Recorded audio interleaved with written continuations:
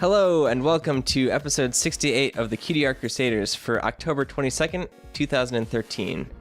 I'm Flutterguy317, and today we're missing a rainbow plasma, so I'm doing the intro, which is kind of weird. Good. Bern, do you want to introduce yourself first? And it's like totally out of order. Yeah, I know.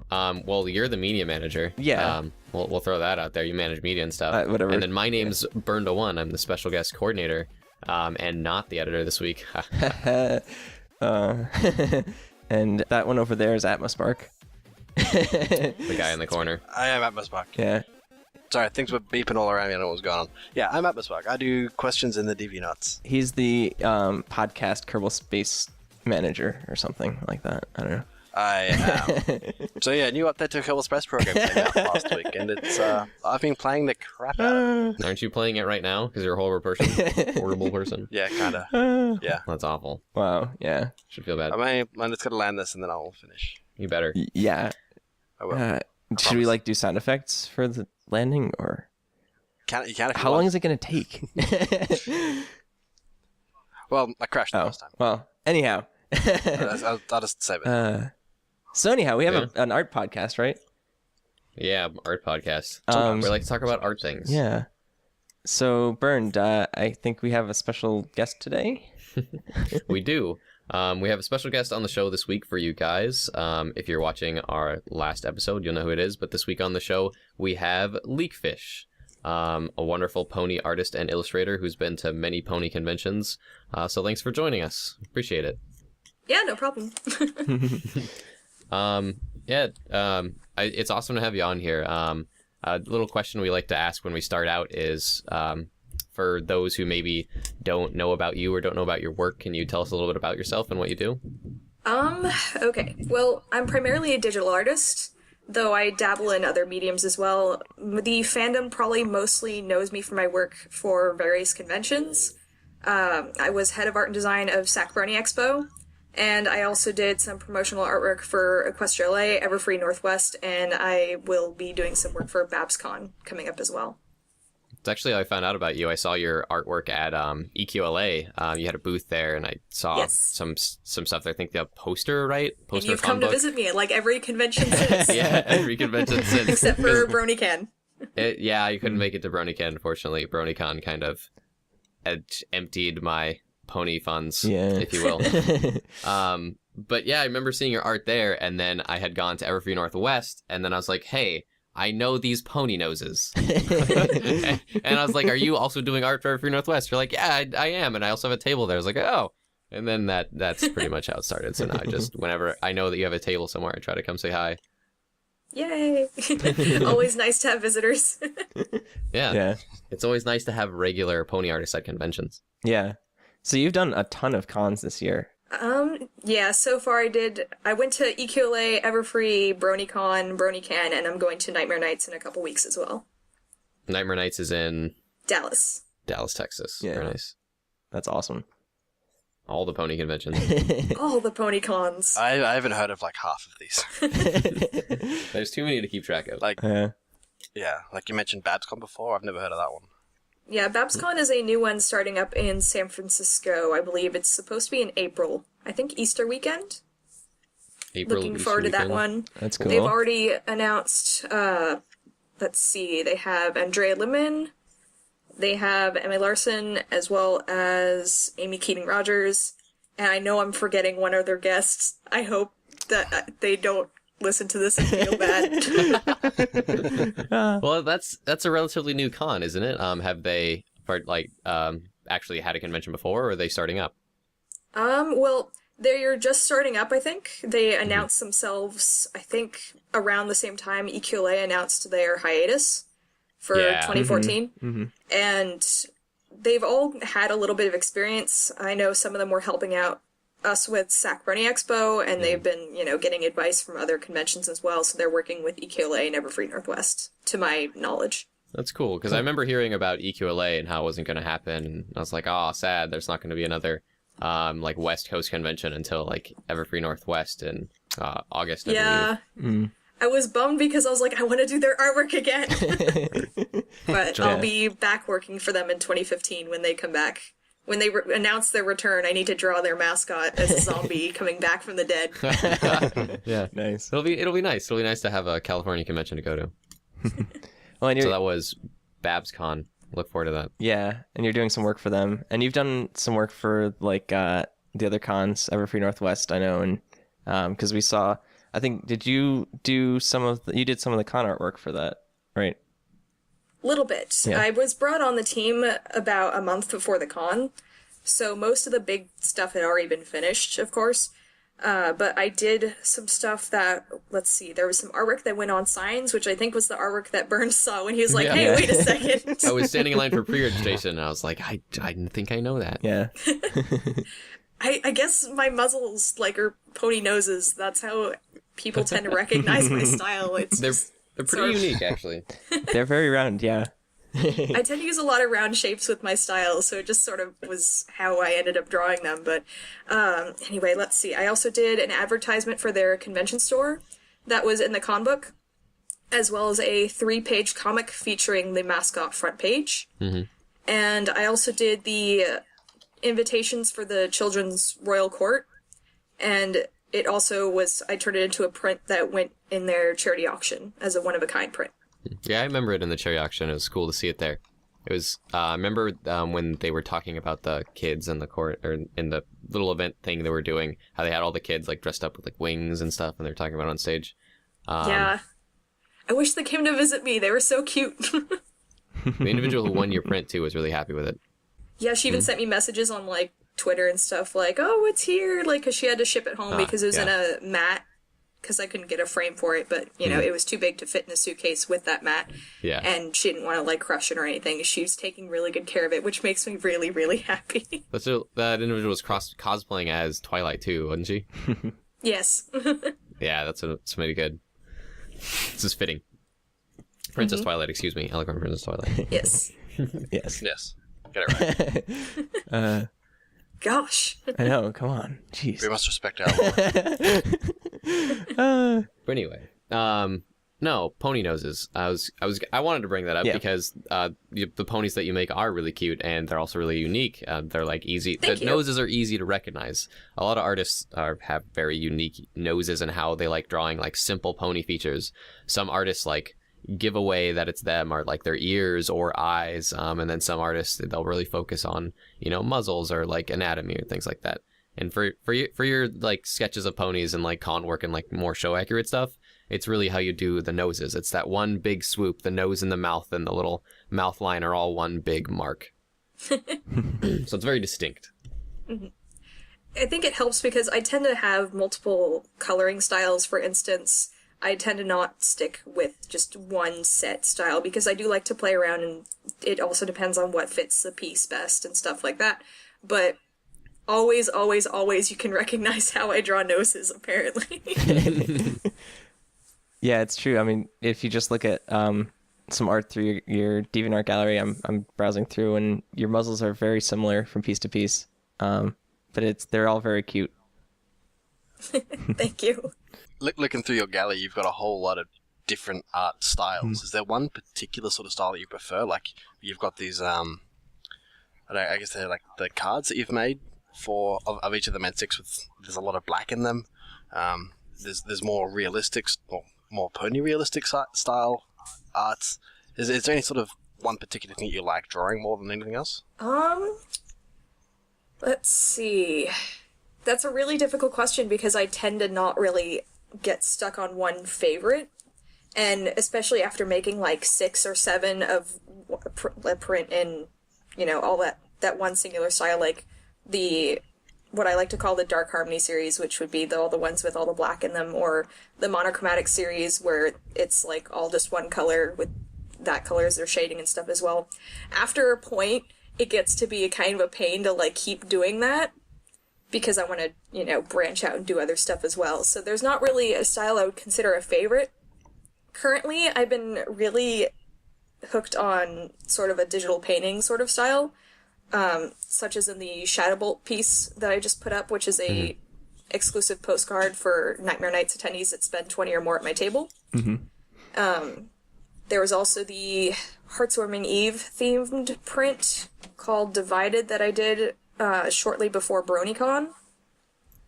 That one was fun. It was just a little tedious because it's got, like, you know, all the main 6 in it, and I was still kind of recovering from, like, almost carpal tunnel. Oh no. Yeah, I heard about that. all that work and making vinyl stickers and all, like, doing prints and con commissions really took a toll, huh? Yeah, and by that point, like, when I started to realize my hand was, like, getting screwed up, I had just finished, like, 7 prints, 2 new decals, and I did a Cutie Mark Vector to help somebody with a commission, and I did that all over the course of 2 days. So, by that point, my hand was just, like, dying, and I was like, but BronyCon is in, like, 2 weeks! I can't have this. Or, like, a week or whenever it was. Yeah. And I was like, but I still want that one print done! So I, like, gave my hand, like, 2 days to rest, and I was like, I can still do this. So I cranked it out. Of course, by the end of it, I was just like, why? But it looks so pretty. Yeah. That was good. I like your digital painting style. You also have the Luna that's kind of painted, rather. It looks almost like it's traditionally painted, but it's not. It's digital. But that one's really pretty as well. Oh, that Luna one. That one was the BronyCon postcard. Yes. Yeah, the one that you would give away if you spent a certain amount. Yes. Yeah. Because I've been starting to do that with, like, just for most cons, actually. Because I like to give, like, little freebies with my stuff, but I can't really give anything, like, super, super big because I need to be able to afford my expenses and stuff like that, and also save for a car so I can go to more cons. Yeah, no, I actually really like your series. Your series turn out really well, and I know, like, fans will eat up series. My favorite series of yours is the Gurren Lagann ones. I remember at EQLA, since I liked it so much, I asked when you were doing commissions there, and I asked if you would do Mlyosi and kind of like the Gurren Lagann thing. I remember and it turned that out really one. Cute. I really like that. It's awesome. I have it Thank up you. on the wall. Yeah, that style is really amazing. I also like your series of the princesses that you did for the charity auctions. Those are quite nice.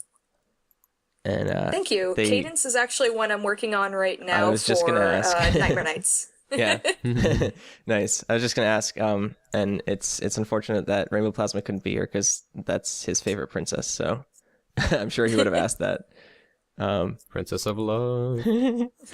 Yeah. Yep. Cadence she's all sketched out, and I'm just kind of dreading doing all the, like, you know, pen tool work on her hair. Yeah. Because it's because I went with all the outfits and stuff that they're wearing during Twilight's coronation, which unfortunately for me was Cadence's over the top ridiculous hair. Oh yeah. That's like her traditional headdress or whatever. And I took one look at it and I just went, why? Yeah. That's funny. But it's pretty awesome that they ended up raising quite a lot of money for charity at all the cons. So I was just so thrilled. I was like, but my prints, they're not that good or anything, but they've been doing really well in auctions, and it just makes me so happy. Yeah. And I also love, like, when people come and tell me, like, hey, I won their print, and I'm just like, give me a hug. It's a hug of me. Like, awesome. at BronyCon, the fellow that won the Luna print, I happened to, he didn't even come find me because I don't think he knew, like, I was in the vendor hall, but I happened to see him passing by holding the print while I was standing in line to get a photo of Tabitha with her copy of the print, because it's 2 of a kind. And I was like, oh my gosh, that's the print. Can I take a picture of you with it? And he was just like, sure, can I take a picture of you with it too? And I was just like, yes, give me a hug. Nice. Yeah, those are amazing. And, you know, there's like a simplistic styling to them that really is really nice. Thank you. I really wanted to keep them kind of simple but elegant. Because I felt that would be best for a charity auction. Yeah. I like the real centric style on the Celestia and Luna. Thank you. Where they're like they're more centered, and I mean their hair is like counteracting each other because you have the pieces next to each other in your gallery. Right. It's different Cadence from the Twilight one. Yeah, Cadence will probably be similar to Twilight's, but facing in the opposite direction, so that if they were magically all displayed all in a row, it would probably go like Twilight, Celestia, Luna, Cadence. You can round them up for the Traveling Pony Museum display. Yeah. I'm actually considering making the Cadence one 2 of a kind and donating one to the Traveling Pony Museum, but I still need to get in contact with them and ask about that. Yeah, that's nice. Talk to me after the show. I'll see if I can get you in touch with them. Brent's got the connections. No, Jason's a good guy. Yeah, the museum is pretty cool. So I'm sure they would appreciate that. It'd be awesome. They are fantastic. I remember when I got the emails saying like, "Oh, your like application," or because I remember they put out a call for artists or something, and I was like, "This would be awesome." So I sent them like an email with some samples of my work, and they're like, "Sure, we'd love to have some of your pieces." And I was just like, "Ah." Yeah.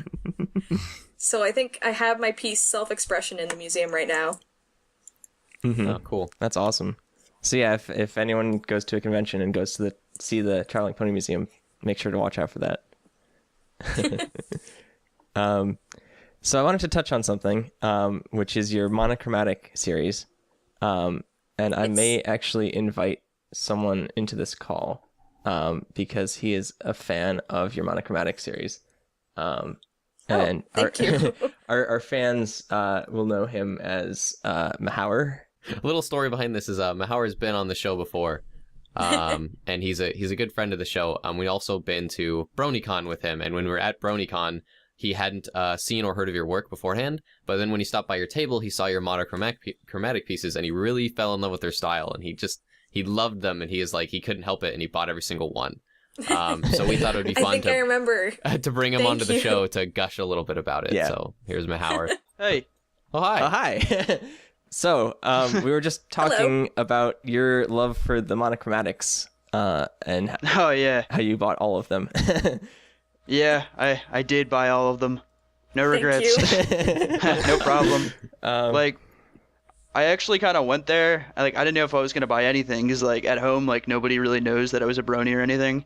But, 3 days before on DeviantArt, I saw, you were, going to BronyCon. I was like, oh, no. And then I saw the monochromatic. I was like, crap. Because I went there, I bought the one, and then I was like, this would really go good with 5 others just like it. And then I bought them all. Thank you. Yeah, no problem. So yeah, I think yeah. So that was Mahower, everyone. Yeah. No, thanks for I'm sorry, I don't know what to say. I get so squee and gushy, whenever somebody tells me they like my work a lot. So I'm just like, ah. Yeah. Well, it's these little style things that you do in your series are really cool. So with the Gurren Lagann ones, and then with the monochromatic ones, because there's something catchy about them that kind of catches your eye and makes them cool. And since we have a fan in the call, what makes you love those pieces or series so much, Mahower?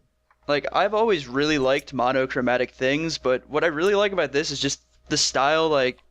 It's more cartoony somehow, which I really like, and also every one of them has its own personality, even though it's just all it is, it's pretty simple. It's just the pony, their face. Yet in every single one of them, you captured their personality pretty well, which I think is amazing. And they're perfect for a wall. Not all art is like that, but those are. There's wall perfect art, as we like to call it. Oh yeah.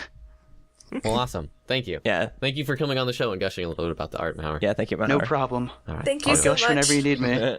It's all good. We'll bid you adieu, sir. Yes. All right, see you later. Bye. All right. Awesome. Yeah. Yeah, we had thought about that beforehand. It'd be really cool if we got someone who's a really big fan of these monochromatic pieces to talk about them.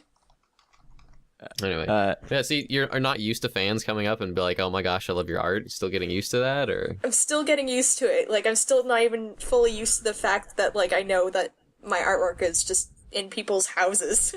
That people liked my work enough to, come and pick up a print of it is just kind of amazing to me. Which is nice. You go to enough pony conventions that it was bound to happen, sooner or later. Because you obviously are passionate about this and make enough cute work that people see it and people love it. Thank you. Anyway. Yeah.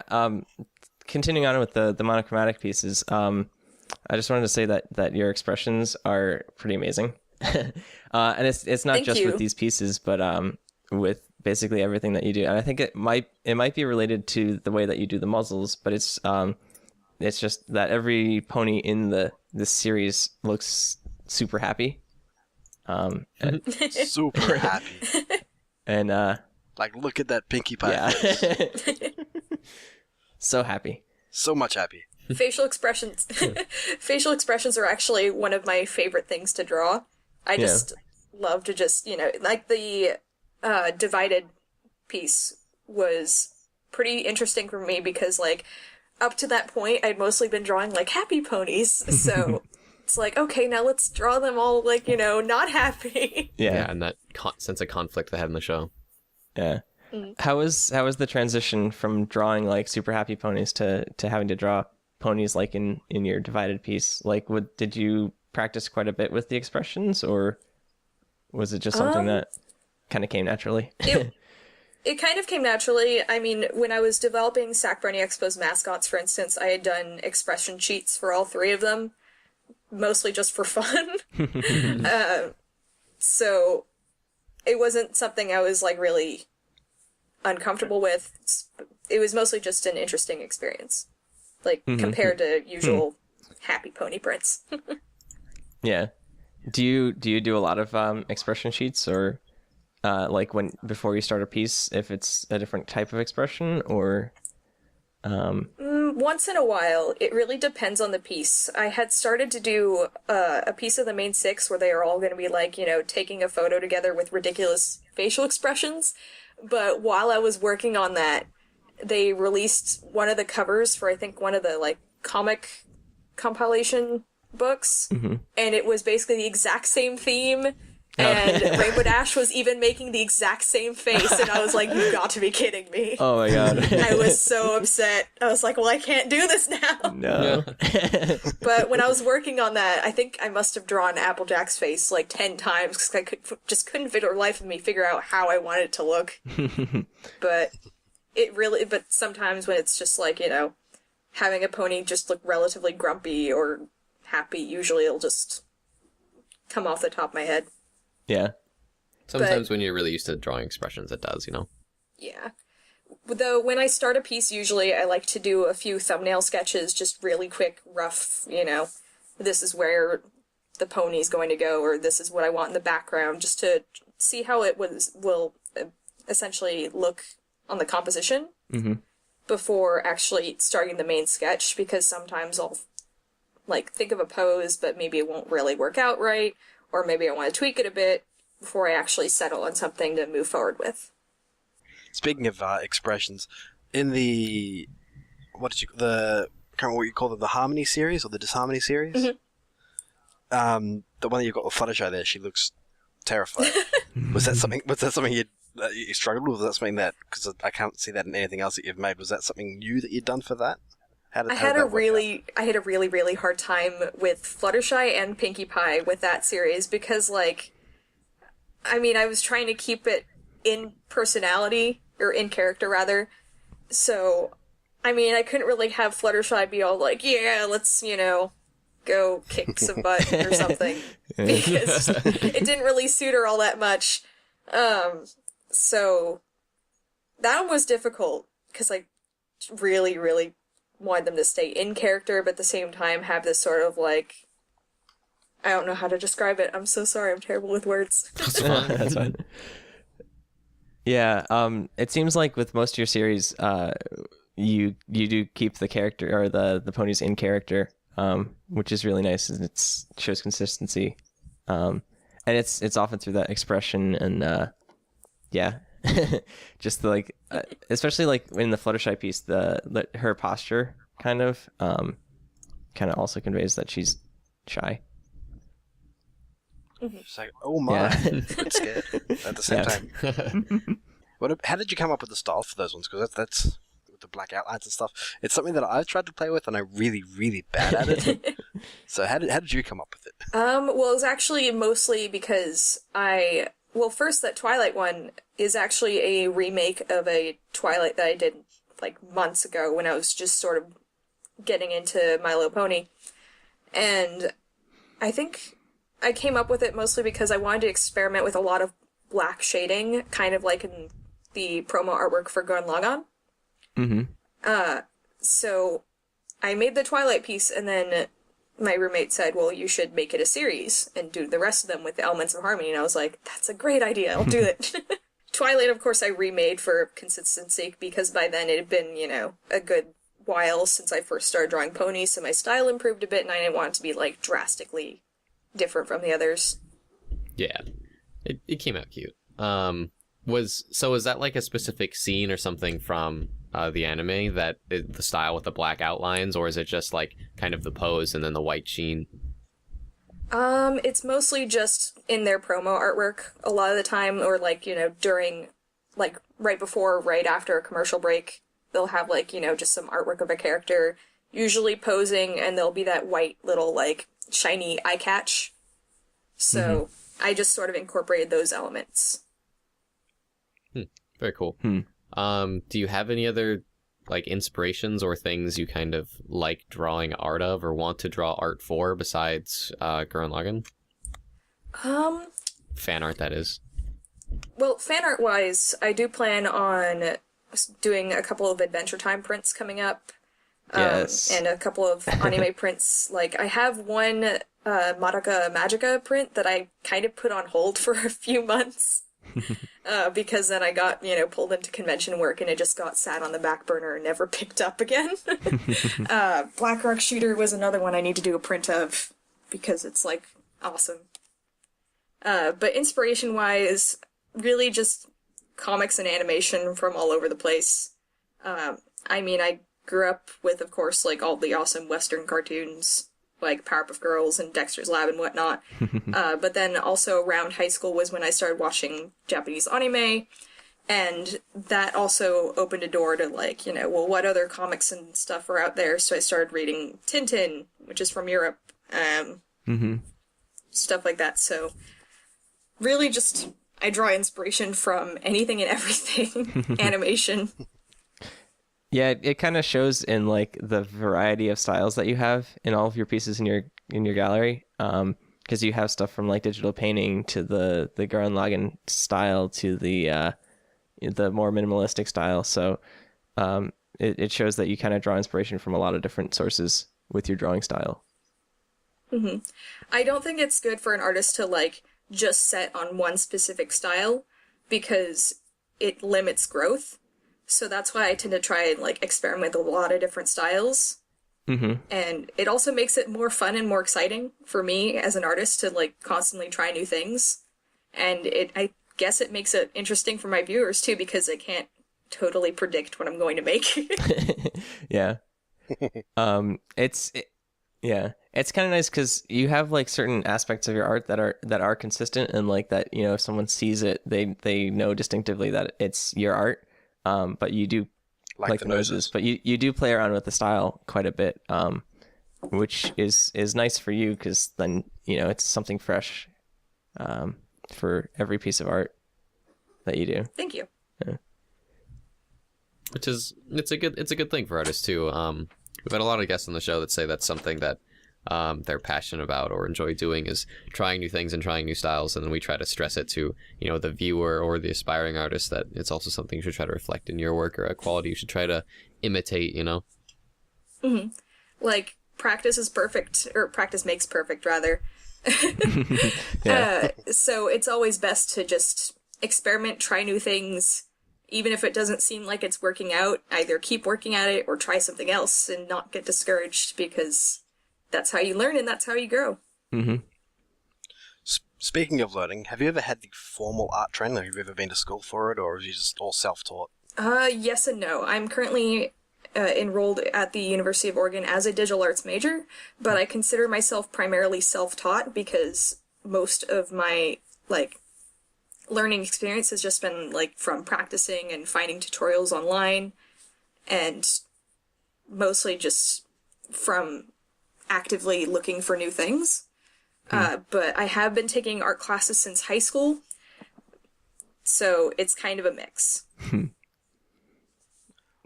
What would you say would be your most useful experience? Most useful experience, like with art school or with Yeah. Like would you accredit most of your learning to more just practicing, or would you more art school has taught you more of what you know?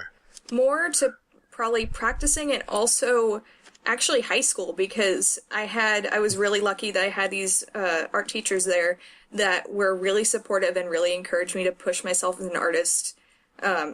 Because at first I actually didn't, have much variety in my work, and they were the ones that really encouraged me because they saw potential.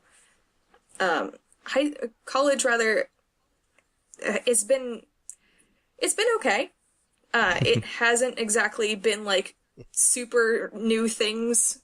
I do, value the practice and the portfolio material and the experience, but I would definitely say most of my valuable training, for lack of a better word, would have been from myself and my art teachers in high school. Mm-hmm. I think we see that kind of a lot with artists in the fandom, because there is kind of this wealth of inspiration from the show and stuff, and so if you're going through like art school or art training or whatever, there's a set path, I think, that you go on, but usually yeah, with the community and with like the support that you get from it, it's kind of more inspiration to keep going and keep learning, I think. Mm-hmm. So yeah, it was actually funny. I was undergoing sort of a not quite an art block, but it was just sort of this period of my life where I was kind of getting discouraged with my work, and then I started, getting into the pony fandom, and I feel like I sort of have that confidence back now, just from having so much support from the fan base, and I really value it a lot. I mean, I've met so many friends and so many other artists, and it's kind of amazing. Yeah. It's pretty crazy, huh? How we can develop such a strong community around something that's just simple and around fun as pastel cartoon horses. Yes, exactly how we like to put it. Small horses with round noses. Yeah. Small horse friends are good. Yeah. I think that's something that any artist who's starting out should kind of be aware of, is there's this big community of people, of artists who want to help others kind of get inspired, and also to help them learn how to art, basically. So definitely take advantage of that if you're starting out. Mm-hmm. Yeah, the internet is such a valuable resource. There's so many tutorials out there, and just so many artists to give inspiration, and use all these resources. Go find them. Go practice. Yeah. You've in quite a few of your pieces, I can see you've been playing around with textures and that sort of thing as well.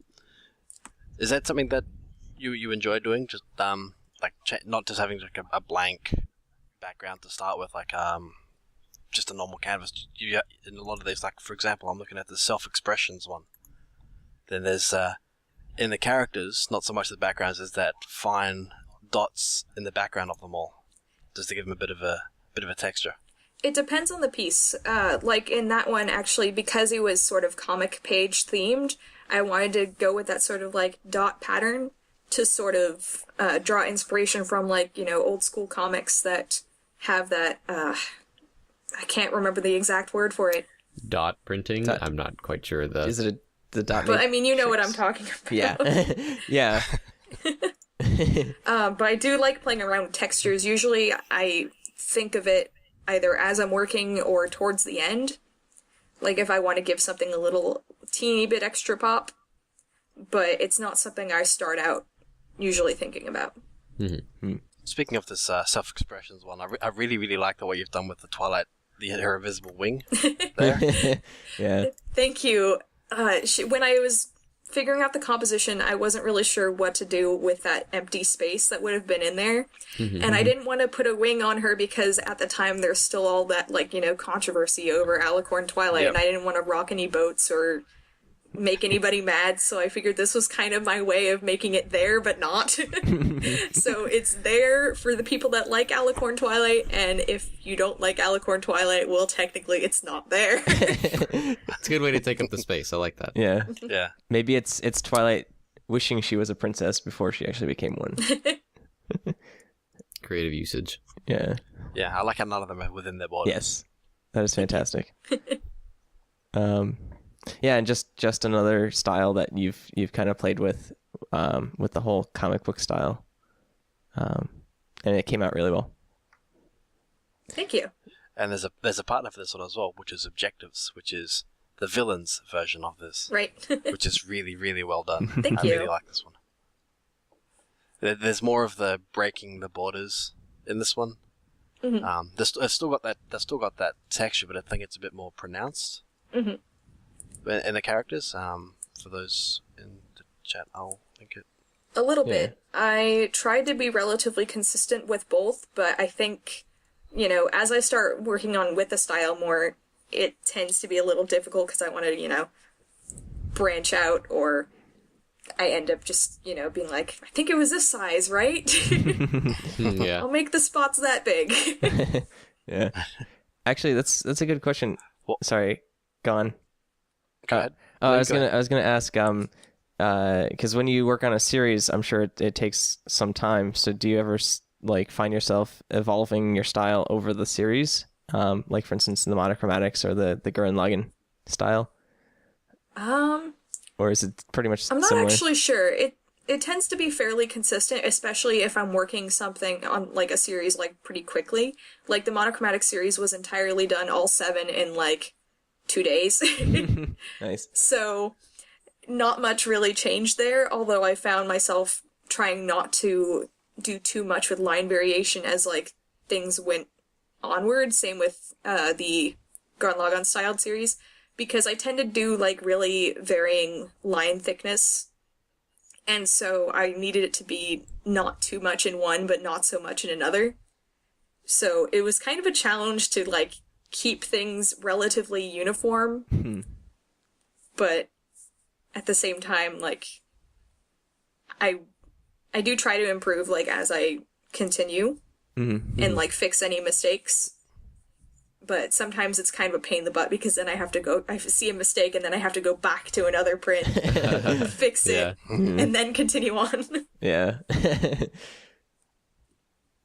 You seem to work on the series as you make piece by piece. Did you make each piece and kind of slowly work over, make each piece individually as you go through the series and kind of let them come out or post them on your DeviantArt as you go? Or did you try to, release them all at once, work on the series as a whole piece?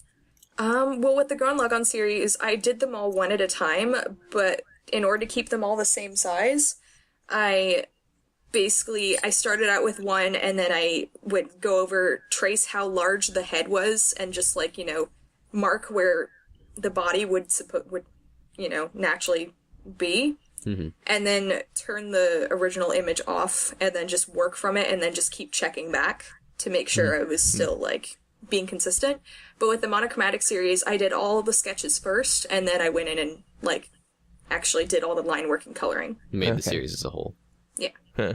I usually will post them all at once though, which is actually why I put all the monochromatic series in, with the exception of Vinyl Scratch, in one image. Because I didn't want to explode any inboxes or take up too much space in my already pony-filled gallery. Yeah. All right. Cool. Did you have a specific question either you wanted to ask? Admo, Otter? I think I've asked everything that. Yeah. Okay. Yeah. Well, let's try to see if we can move on to kind of a fun topic. Yes. Now you mentioned you have just taken a few high school art classes and stuff like that, but you also mentioned that you've taken a lot of online, or done a lot of online tutorials, or looked for all those resources, or keep pushing yourself kind of online, or doing things more fun or art for yourself. Is there any kind of favorite aspect you really like basically doing or drawing? I mean, do you find that digital art is the thing you love the most, or do you secretly have a sketchbook and making little pony sketches is your favorite thing? Well, definitely digital art is my favorite thing to do, but I do enjoy, most of my sketches will actually come from my sketchbook first, and then I scan them in, although a lot of time with prints, in order to make sure I maintain an 11x17 size, or at least similar to it, I'll start in Photoshop and just draw everything on my tablet. But I've also lately been doing a little more colored pencil work, and I've got some Copics on the way from Japan from Osaka Jack that I really can't. I cannot wait to get my hands on those. That's awesome. Shout out to him. Yes. You did awesome. an interview with him, haven't you, on Everfree Network? Yes. Yeah. That was another really cool interview. I forget back when that was. Was it like? It was in shortly before this summer, BronyCon. right? Yes. BronyCon? Okay. So yeah, if you're interested in seeing another interview, you can check that out. It's in Osaka Jack's Into the Spotlight series. If you can find it on the Everfree Radio YouTube page.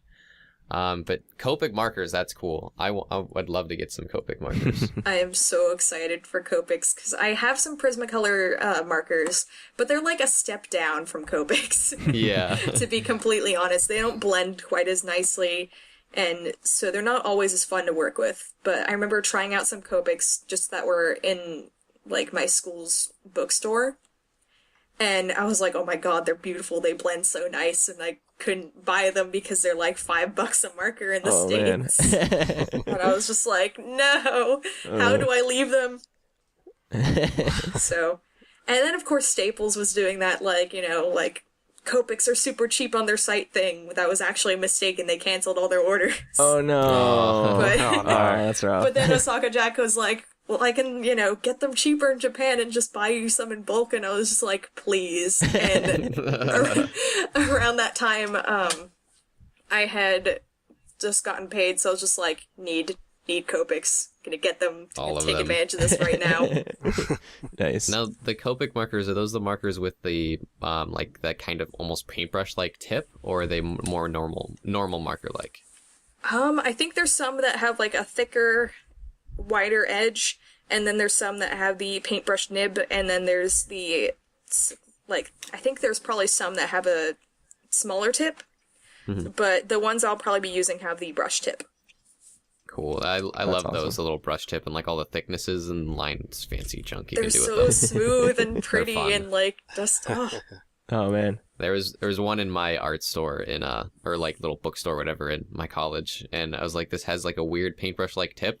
I have to buy this. This is mine now. It's a lot of fun. That's pretty cool. So you're gonna start doing a lot more of the traditional stuff with those markers, then, I'm guessing. yes. Yeah. I probably will be doing primarily digital work still, but it'll be nice to have something new to try. Yeah. Maybe at a convention, I can look forward to seeing some Copic marker work to pick up from you. Possibly. I've been doing a bit more. I've been doing some more colored pencil work, and I've basically been selling some of those as originals at conventions, because I recently stopped doing commissions at cons just because I tend to get so busy and I need to like talk to customers as they come up to my table and answer any questions and that sort of thing, that like sometimes I end up like having to do all my commissions at the end of the day when usually I'm like trying to have dinner with people or Yeah. and I end up getting no sleep. Well, I appreciate you taking the time to sketch on my playmat that I had, by the way. That was awesome. Oh, no problem. That was fun. Yeah. I still have your little OC on the edge of it. If you watch the episode we had after BronyCon, you can see the little picture of my I playmat. think I watched it. Oh, awesome. Yay. It looked awesome. I was like, oh my gosh. Yeah, it turned out so well. There's Oh me. my gosh. Yeah, it's funny because yours is when I'm playing Magic, I have my deck in the top left corner, and so your OC sits right below it and like peeks out from underneath it, which is funny. Yeah. You watch over my graveyard, but anyway. Irrelevant. Well. Okay. But yeah. Go ahead, Pinky. With when you're doing the traditional stuff, have you ever tried using paint and other stuff that isn't like markers or pencils, I've done like paint or charcoal or anything? I've done a little bit of that for my classes. I am terrible with paint. Like, absolutely terrible with paint. So I don't do that all that often, aside from, like, you know, doing some cosplay work when I, like, have to use fabric paint or, you know, acrylic paint on a prop or something. But for the most part, when I do traditional work, it'll mostly just be with, like, just with pencil or colored pencil or a little bit of marker work. I don't mind trying new things. It's just mostly depends on what's available, which considering the cost of art supplies isn't a whole much. Yeah. Well, you mentioned cosplay. Yes. And Yes. technically, cosplay counts as a craft, which counts as art. And you happen to be a very skilled cosplay artist. I think just about Thank every you. convention I've seen you at, you've been wearing something quite fantastic. Thank you. Would you mind if we showed your cosplays on the screen for people? Sure. I mean, I don't have any formal pictures of my Dash or the Magic Duel Dangerous Mission Fluttershy cosplay that I'm, like, just now finishing yet, but I can totally send some photos of Gala Pinky. Yeah, that'd be awesome. That'd be sweet. I remember at EQLA you were first, I think, Gala Pinky, and then the next day you all of a sudden Rainbow Dash. And I'm like, oh, you have more than one cosplay. Yeah, it was really funny. I remember somebody had came to visit, and they were like, yeah, your friend was, like, Pinky here yesterday, I think. I was like, no, that was me. And they're like, wait, what? Completely different outfit. Yeah. And eye And color, then different mind you. different person came on Sunday, and he was like, oh, like, I see your cosplaying friend isn't here today. I was like, no, that was me too. You actually had contacts for the Rainbow Dash cosplay, was it? I had contacts for both of them. Both of them, okay. Yes. Very cool. Thank you. How long does it... And the wig for my going on Rainbow next Dash was, level. like, custom dyed because I refused to wear one of the clown wigs. Yeah, I remember you had to have a towel on your shoulder to keep the dye from getting on your outfit, but it worked Yeah. out well because since it's a Rainbow Dash outfit, you know she's athletic, so the towel, it worked fine. Yeah. Didn't I matter was that like, the I'm towel gonna was just covered in rainbow. pretend. I'm just gonna pretend that it's part of the outfit. Nobody will ever know. It was good. It was fun. Nice. How long does it take you to create a cosplay? Like, for instance, like the Rainbow Dash or the Pinkie Pie Gala? It depends on the costume. Like, my Gala Pinky, I put together in about a total of 3 weeks from start to finish on, like, making it. Mm-hmm. Although you gotta factor in, like, you know, wig shipping times and stuff too, but I don't really count that. But it was also kind of rushed because I was trying to get it done in time before Phantomicon. And I was like, just by the end of it, I was just a frazzled, sleep-deprived mess, and I was starting to get sick. Aw. Rainbow Dash, though, didn't take as much time.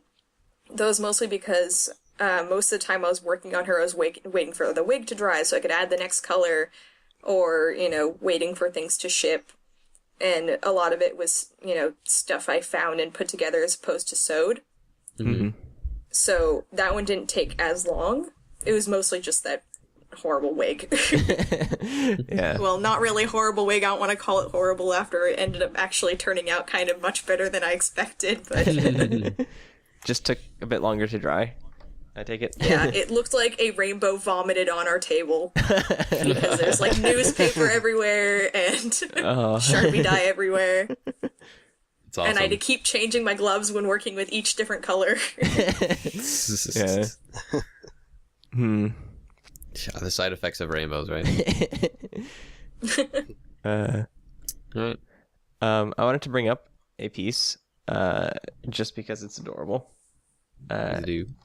I wanted to bring up this derpy piece, which is called Special Oh, I Delivery. love that one. Because it is so cute.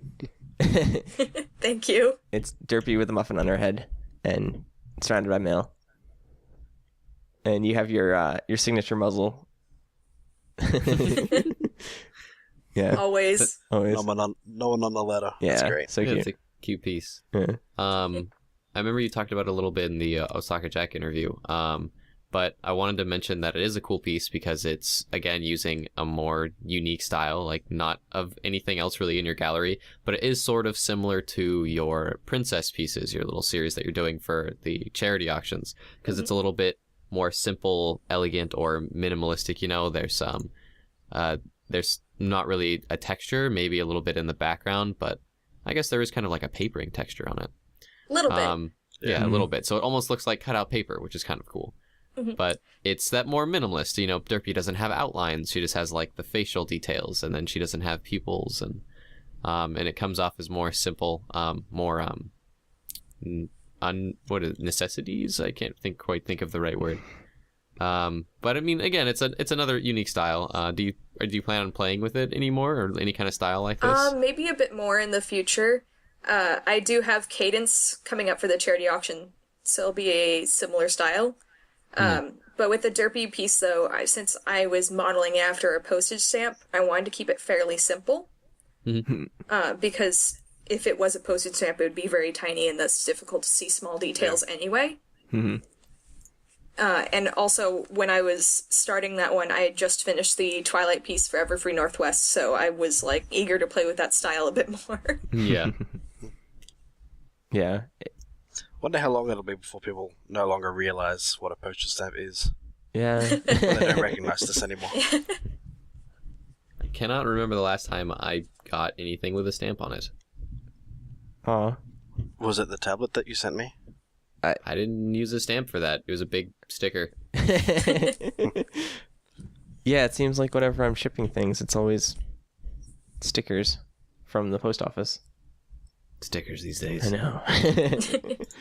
Yeah, I had a few people tell me I should put it on an actual stamp, but it would be ridiculously expensive to do that, and plus I was like, it would be more of a novelty and not actually something people would use.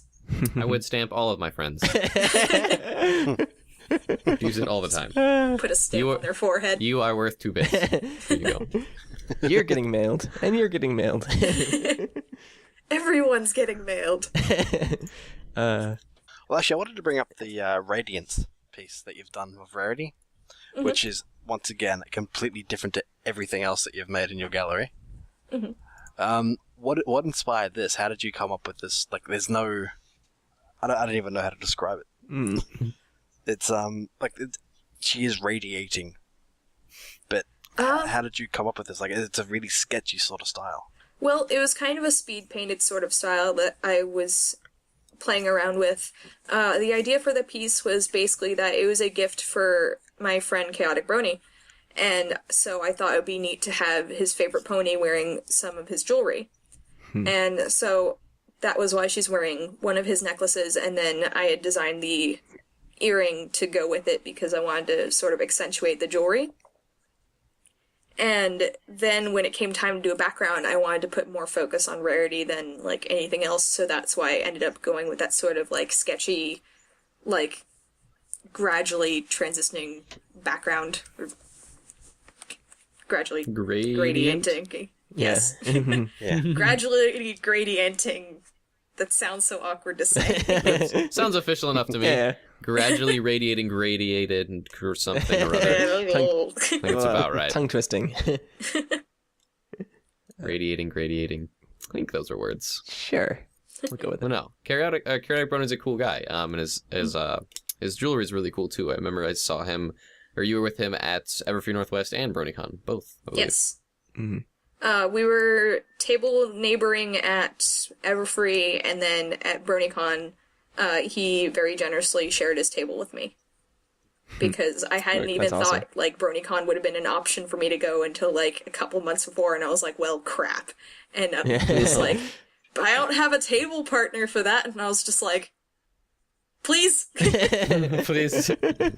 Chaotic Brony, please. Yeah. That's good. That's pretty awesome. It's nice that he let you share his table, because then you got to sell stuff at BronyCon, which was awesome. And I got to see everybody at BronyCon. That was fantastic. Yeah. Man. We got to see you. Yes. Yay. I love when you guys come to visit. I didn't. Aw. It was really neat, though, because, like, at BronyCon, I mean, there's people flying from all over, so I remember having people buy stuff from my table that were, like, from Ireland and England and Canada, and I was just like, holy crap, my artwork's traveling more than I am. Yeah. That's awesome. Couldn't imagine getting, like, fans from, all over, like, Europe or Asia or things like that. It's the coolest thing. BronyCon is a very universal, like, convention as far as, all the conventions go. BronyCon's definitely the most universal for as far as people who come to actually fly out of their way to go to it, Right. It's kind of crazy how international the fandom has become, and I think as part of that, like, artists within the fandom have kind of become internationally known, which is pretty awesome when, like, people come overseas to go to a convention and then they buy your art, which is pretty cool. Yeah, it was just, it's really humbling, honestly. Like, at BronyCon, too, I was like, oh my gosh. Like, these people are just fantastic. All of these Canadian fans. All these Canadians. We're missing I didn't think that I didn't think that saying was like was a thing. I thought it was just like a stereotype, and then I think like half of the people that came to my table said and I was just like, oh, it is a thing. Looking at you, I was just gonna ask you if you heard any funny accents or anything like that, because I think the area that BronyCan was in was the area where like saying A is more like normal in their dialect or accents, you know. Hey, it's Canadian education time with Rainbow Plasma. So, evidently, Byrne doesn't know what the heck he's talking about. In Canada, people say A. That's not just a thing that people make up. We do say A. We'll say, how you going, A? But first of all, it's something that it's more of an older, and it's a little bit more of a country thing, quote unquote. But everyone does it at some point, but you'll hear it more often in rural places. Second of all, Byrne was completely wrong. It's not more prevalent on the West Coast. In fact, I might even say it's more prevalent on the East Coast, especially in like rural Ontario. But in general, it's a countrywide thing that we do. So it does exist, although it's not as prevalent especially with the younger or mid-age, 20 to 30-year-olds. We don't say it that often. But it does come out for sure, and it's definitely a thing. So that's your Canadian lesson for today. I've got to go now because there's a hockey game on, and you can't miss that, eh? Which is funny. Yeah, we're missing our we were resident Canadian. Yeah, sorry, we're missing Rainbow Plasma, who's a resident Canadian, so he doesn't get to say it. I'm expecting some big angry message coming up on the screen. Oh yeah, he's editing this. Yeah. I don't have to do any work. Nice. So good. Yeah. I just wanted to say one last thing about this Radiance piece. I think that the background that you did is fantastic. It's a really cool idea because it's so minimalistic, but it kind of really gives Rarity this shining quality to her. So, yeah. Thank She's you. radiating. A radiance, if you will. We're so artsy here. We dig so deep for our words and analysis. Big words, Radiance. Yep. Now, I just had one last question before we wrap up, unless anybody else has something. Go ahead. Something that we ask to pretty much all of our guests that we have on the show. Any advice that you can give to aspiring artists who are just trying to start out or are struggling with their work at the moment? Practice. Any advice you can give for them? Yeah. Practice? Lots of practice. Practice. Always practice and always try new things and try to avoid sticking to only drawing one thing or only drawing one style. Like, draw lots of things and even, like, experiment with your style a bit and you might find something awesome. Draw all the things. All the things. It works too well. It does. All right, so All before we start our plugs, is there anywhere that you would like to plug, like places that people can reach you? I know you go to a bunch of cons, so if anyone goes to cons next year, they're probably going to run into you. Probably. I'm going to even more cons next year. Yeah. Most likely. I need to make sure things are a little more set in stone before I say, hey, I'm going to this con. But Yeah. So which were the cons that were really like that you are going to for sure? It's I'll BabsCon, definitely right? be at, yes. Well, actually, I'm definitely vending at BabsCon. I might not be there myself in person. Mm-hmm. Because SakuraCon in Seattle is the exact same weekend, and all of my friends and I always go to that one, so it's kind of a bummer that they ended up the same weekend. Mm-hmm. So I'm a little torn. But at the very least, my art will be at BabsCon. all right. And I will be doing some art for BabsCon. So that's exciting. That's cool. I'll also be at Everfree Northwest again, hopefully BronyCon again. Yay. But like I said, I need to actually make sure things are booked and stuff before I say, like, I've got a table, you know? Yeah.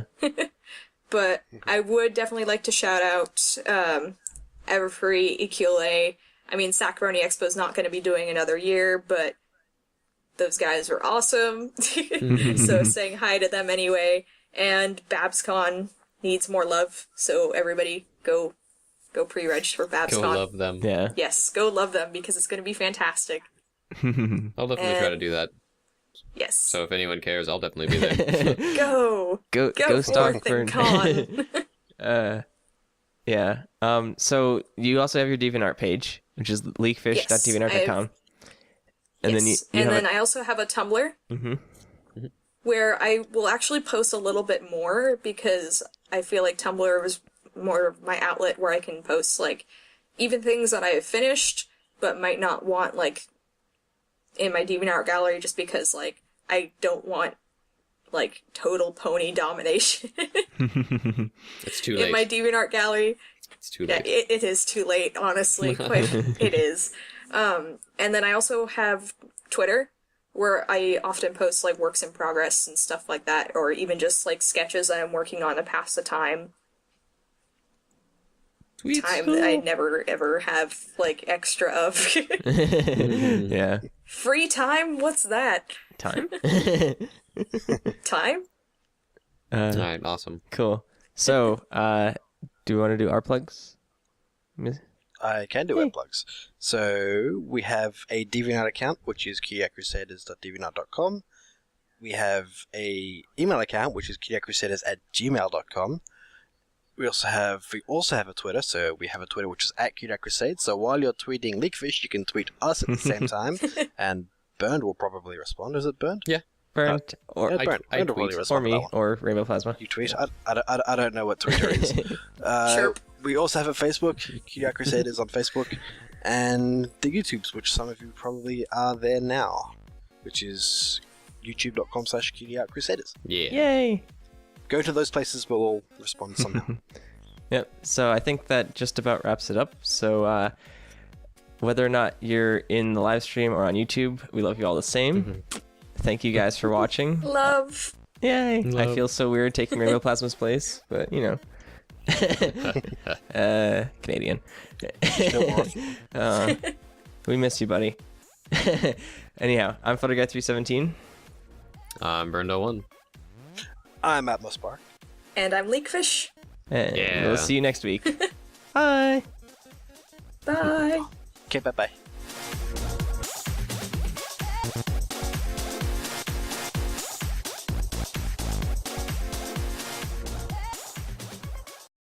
And it's I've been playing the crap out of it. Aren't you playing it right now? Because you're a horrible person. Horrible person. Yeah, kinda. Yeah. That's awful. Wow. Yeah. Should feel bad. I'm just gonna land this and then I'll finish. You better. Yeah. I will. Should we like do sound effects for the landing, or You can if you how long want. is it gonna take? Well, I crashed the Oh, last time. well. Anyhow. I'll just save it. So anyhow, we have an art podcast, right? Yeah, art podcast. We like to talk about art things. Yeah. So, Bernd, I think we have a special guest today. We do. We have a special guest on the show this week for you guys. If you're watching our last episode, you'll know who it is. But this week on the show, we have LeekFish, a wonderful pony artist and illustrator who's been to many pony conventions. So thanks for joining us. Appreciate it. Yeah, no problem. It's awesome to have you on here. A little question we like to ask when we start out is, for those who maybe don't know about you or don't know about your work, can you tell us a little bit about yourself and what you do? Okay. Well, I'm primarily a digital artist, though I dabble in other mediums as well. The fandom probably mostly knows me for my work for various conventions. I was head of art and design of Brony Expo, and I also did some promotional artwork for Equestria LA, Everfree Northwest, and I will be doing some work for BabsCon coming up as well. It's actually how I found out about you. I saw your artwork at EQLA. You had a booth there, and I saw some stuff there. I think the poster, right? And you've come to visit me at like every convention since. Yeah, every convention since. Except for BronyCon. Yeah, you couldn't make it to BronyCon, unfortunately. BronyCon kind of emptied my pony funds, if you will. But yeah, I remember seeing your art there, and then I had gone to Everfree Northwest, and then I was like, hey, I know these pony noses. And I was like, are you also doing art for Everfree Northwest? You're like, yeah, I am, and I also have a table there. I was like, oh, And then that's pretty much how it started. So now I just, whenever I know that you have a table somewhere, I try to come say hi. Yay! Always nice to have visitors. Yeah. It's always nice to have regular pony artists at conventions. Yeah. So you've done a ton of cons this year. Yeah, so far I went to EQLA, Everfree, BronyCon, BronyCan, and I'm going to Nightmare Nights in a couple weeks as well. Nightmare Nights is in Dallas, Texas. Yeah. Very nice. That's awesome. All the pony conventions. all the pony cons. I haven't heard of like half of these. There's too many to keep track of. Like, Yeah. yeah, like you.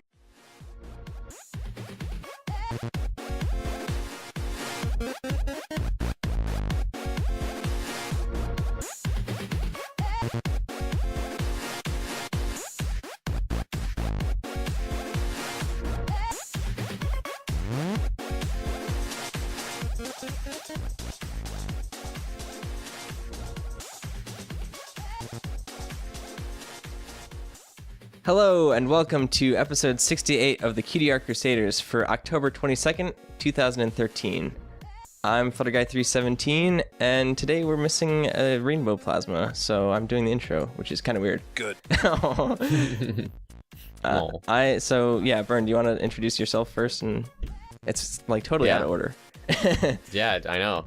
Well, you're the media manager. Yeah. We'll throw that out there. You manage media and stuff. Whatever. And then my name's Burned1. I'm the special guest coordinator, and not the editor this week. And that one over there is Atmospark. The guy in the corner. I am Atmospark. Yeah. Sorry, things were beeping all around me. I don't know what was going on. Yeah, I'm Atmospark. I do questions in the DV Nuts. He's the podcast Kerbal Space manager or something like that. I don't know. I am. So yeah, new update to Kerbal Space program came out last. Coming back from the dead. Yeah. Nice. It'll be nice. It'll be nice to have a California convention to go to. Well, and So that was BabsCon. Look forward to that. Yeah, and you're doing some work for them, and you've done some work for like the other cons, Everfree Northwest, I know, and because we saw, I think, did you do you did some of the con artwork for that, right? Little bit. Yeah. I was brought on the team about a month before the con, so most of the big stuff had already been finished, of course. But I did some stuff that, let's see, there was some artwork that went on signs, which I think was the artwork that Burns saw when he was like, hey, wait a second. I was standing in line for pre-registration, and I was like, I didn't think I know that. Yeah. I guess my muzzles, are pony noses. That's how people tend to recognize my style. They're pretty unique, actually. They're very round, yeah. I tend to use a lot of round shapes with my style, so it just sort of was how I ended up drawing them. But anyway, let's see. I also did an advertisement for their convention store that was in the con book, as well as a 3-page comic featuring the mascot front page. Mm-hmm. And I also did the invitations for the Children's Royal Court, and it also was, I turned it into a print that went in their charity auction as a one-of-a-kind print. Yeah, I remember it in the cherry auction. It was cool to see You it. mentioned BabsCon before. I've never heard of that one. Yeah, BabsCon is a new one starting up in San Francisco. I believe it's supposed to be in April. I think Easter weekend. Looking Easter forward to that weekend. one. That's cool. They've already announced, let's see, they have Andrea Lemon, they have Emily Larson, as well as Amy Keating-Rogers, and I know I'm forgetting one of their guests. I hope that they don't listen to this and feel bad. Well, that's a relatively new con, isn't it? Have they actually had a convention before, or are they starting up? Well, they're just starting up, I think. They announced themselves, I think, around the same time EQLA announced their hiatus for 2014. Mm-hmm. And they've all had a little bit of experience. I know some of them were helping out us with SAC Brony Expo, and they've been, getting advice from other conventions as well, so they're working with EQLA and Everfree Northwest, to my knowledge. That's cool, because I remember hearing about EQLA and how it wasn't going to happen, and I was like, oh, sad, there's not going to be another West Coast convention until Everfree Northwest in August, I believe. I was bummed because I was like, I want to do their artwork again. But I'll be back working for them in 2015 when they come back. When they announce their return, I need to draw their mascot as a zombie.